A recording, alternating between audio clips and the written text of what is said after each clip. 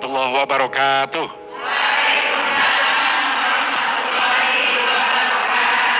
Alhamdulillah pemirsa, pagi hari ini kembali kita ketemu lagi di acara kesayangan kita. Barakallah, hidup semakin berkah.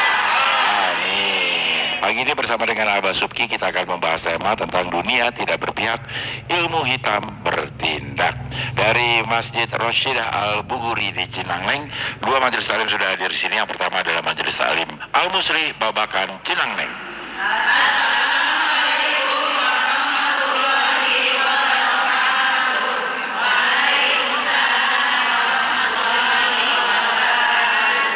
Berikutnya ada Majelis Taklim Al-Fatah Darmaga Pratama.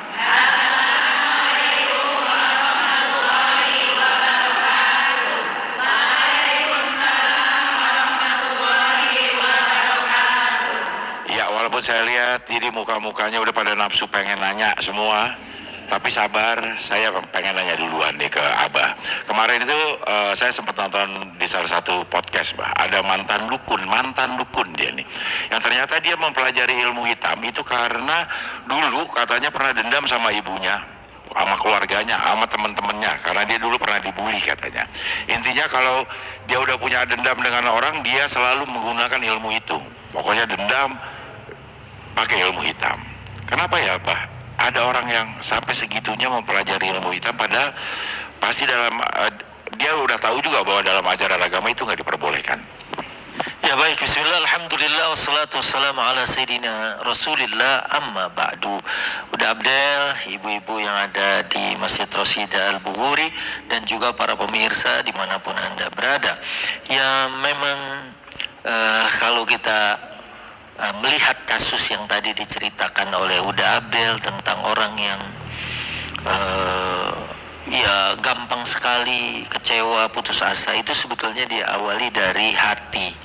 Makanya hadis juga bilang, ya, kalau hatinya itu jelek, ya, itu pasti amalannya juga jelek. Tapi kalau orang yang hatinya lapang, salamatus sadar, ya, tahu ya orang mungkin dia begitu, selalu aja dia berhusnuzon ya kepada orang, berbaik sangka. Orang begini mungkin dia. Tapi ada orang yang orang kalau curigaan begitu, Bu, apalagi nih orang kampung saya, orang Cinangneng ya gitu ya, misalnya nih naik mobil terasa dingin, geus aya nu ngiriman deui. AC padahal. Fotonya AC nyala gitu.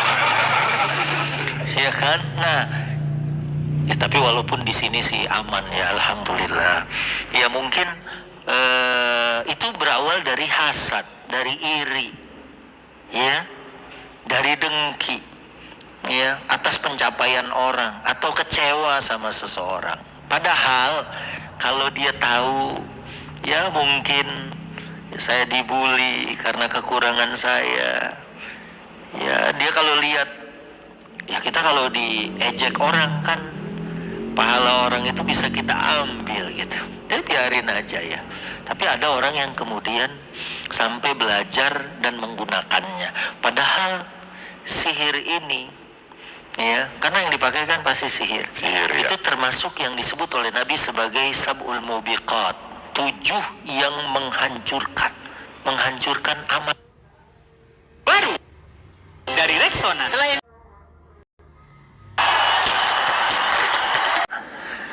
kalau dalam ayat disebut la yahbatanna amaluka, amal kita tuh akan hilang kalau kita syirik. Nggak ada, nol.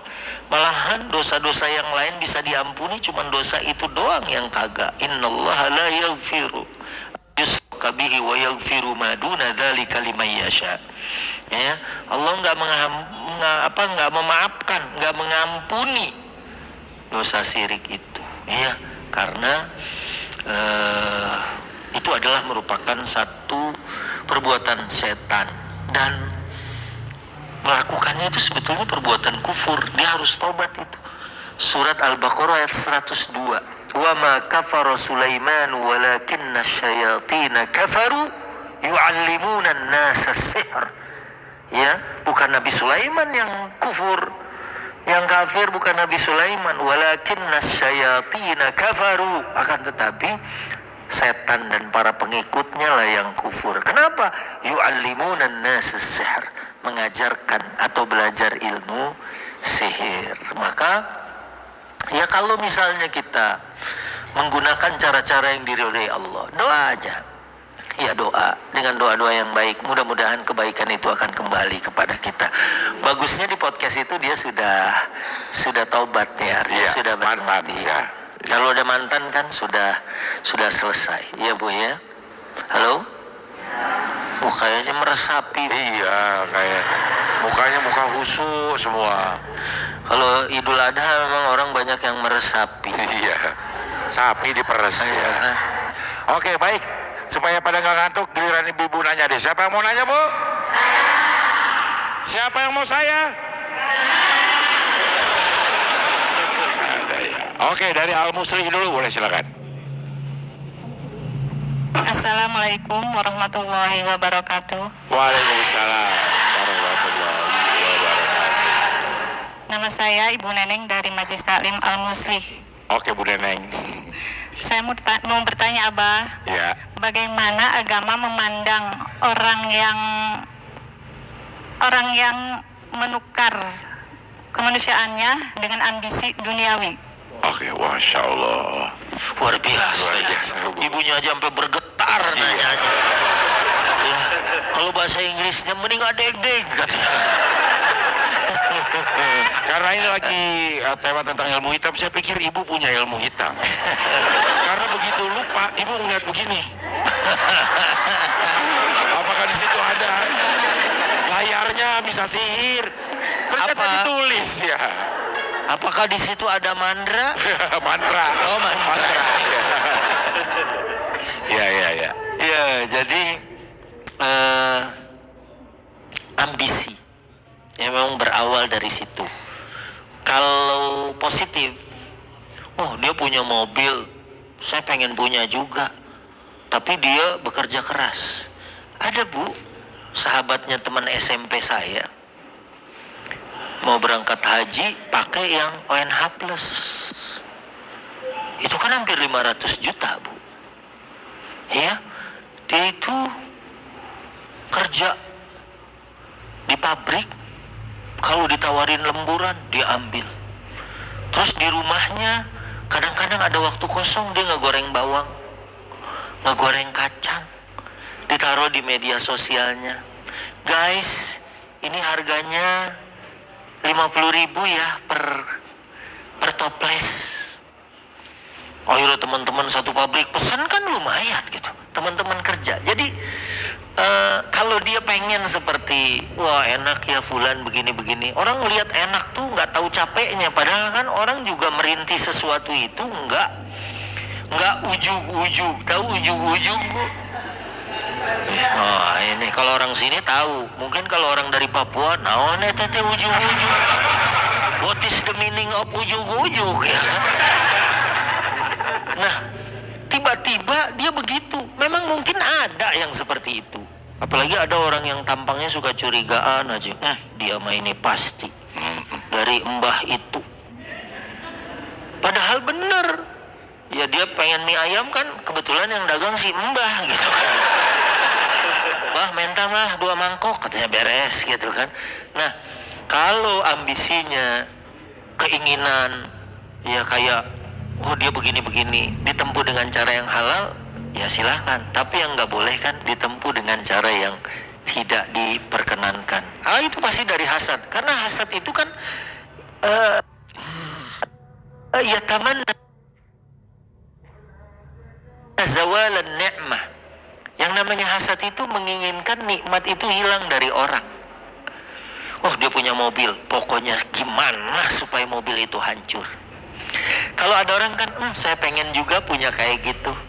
Mungkin ibu ada yang baca Allahumma sholli ala Sayyidina Muhammad. Ya Allah, mudah-mudahan saya juga punya. Ya si ibu itu pakai gelang, ya pakai kongkorong misalnya. Ya, apa kongkorong? Hah? Kalung misalnya. Kalung, kongkorong ya. Kok kalau itu kongkorongok, kalau ayam. Makanya Baru saya bilang, ibu milih kongkorong apa kongkorongo? Iya. Nah, jadi ya kalau dia menempuhnya dengan cara yang bagus, ya silahkan, benar sesuai syariat. Tapi ada orang pokoknya saya sumpahin hilang. Misalnya kadang kita nggak tahan ya Bu, tahu-tahu tetangga kita punya menantu, ternyata gajinya gede. Ya, di sini gaji gitu kan.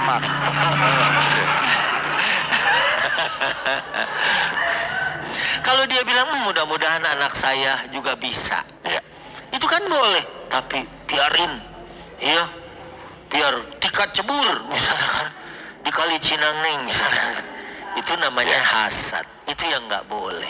Iya, begitu ya Bu ya. Baik, terima kasih. Nanti kita lanjutkan lagi, tapi sekarang kita jeda sebentar dan kembali lagi di sini. Tentunya tetap di Barakallah Hidup Semakin